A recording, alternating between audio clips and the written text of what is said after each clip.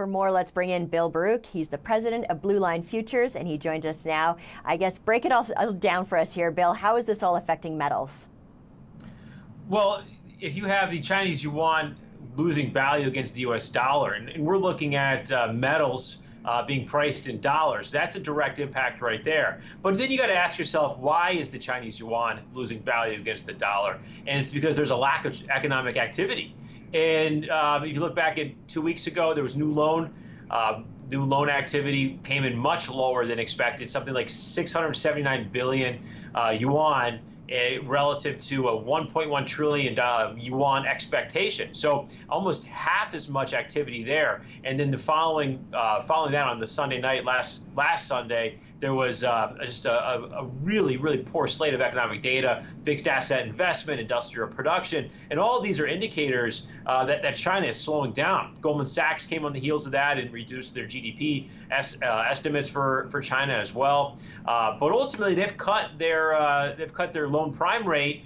They cut 2 benchmarks last week, and then they cut the loan prime rate 5 basis points for the 1-year rate last night. And 15 basis points for the 5-year rate last night. But the expectations were for a little bit of a larger cut. So it's going muted again in the market. On top of that, if no one wants to borrow and no one wants to lend, it really doesn't matter what the rates are at. So that's something to consider too. So the economic activity is just a really sour mood around that in China. And a lot has to do with the zero COVID policy.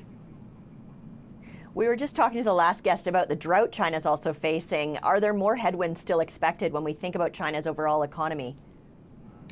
Yeah, there are more headwinds, but the markets are very efficient in the manner of pricing in macro news, and I think they've begun pricing that in already. Now the problem is there are technical tailwinds on this technical breakout in the U.S. dollar strength against the Chinese yuan, and that's something that could continue here for a little bit. So you have the sort of the macro effects have been priced in and taken the market to this technical breakout, and I got technical tailwinds. So if the U.S. dollar continues to strengthen against the yuan, now you're also here today, shifting gears, looking at Europe.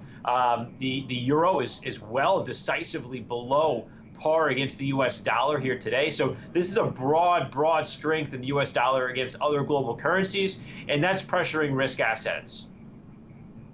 Well, you shifted there for me. I did want to turn to Europe next, where obviously energy prices have been a topic today. What's driving up those prices? You're seeing oil being cut off from Russia. You're seeing a continued less activity through the pipelines for the gas pipelines. This is some acting on something about 20% of what they were a year ago, and being able to stockpile for the winter is making a very dicey situation, and that right there is driving up prices as they try to plan to stockpile, and we're starting to get some of the feared winter effects already.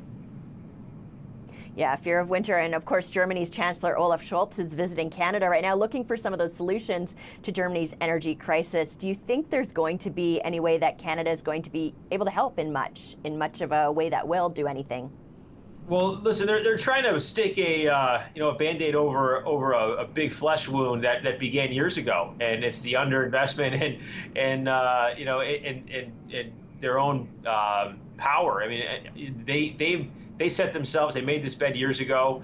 They ignored calls for investment and expanding, whether it be nuclear capacity, coal capacity, something, and building out pipelines and other relationships. And they relied on Russia. This is something that's been years in the making, and it's not going to turn very quickly. But I would imagine that the situation is going to improve over the next 12 to 18 months.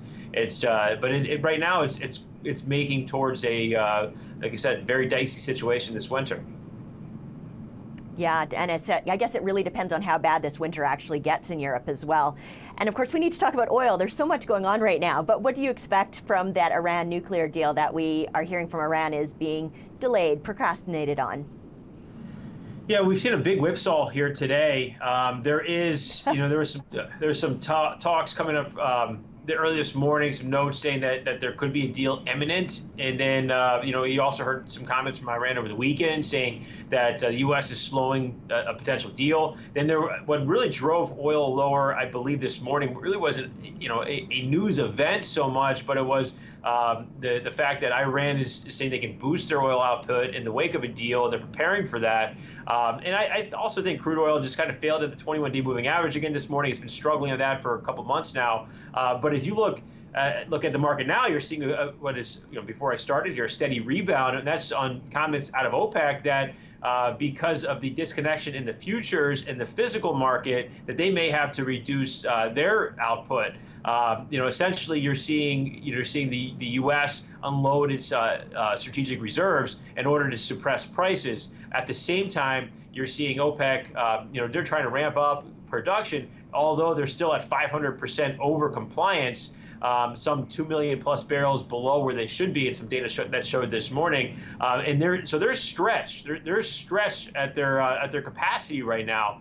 And so if the market has this disconnect, they're thinking, or they're telegraphing here that they could pull back output, and that's driving prices back up a little bit. So there are a number of disconnects in the market, and it's no surprise if you look at the landscape. There'd be a currency impact or a war impact or just underinvestment.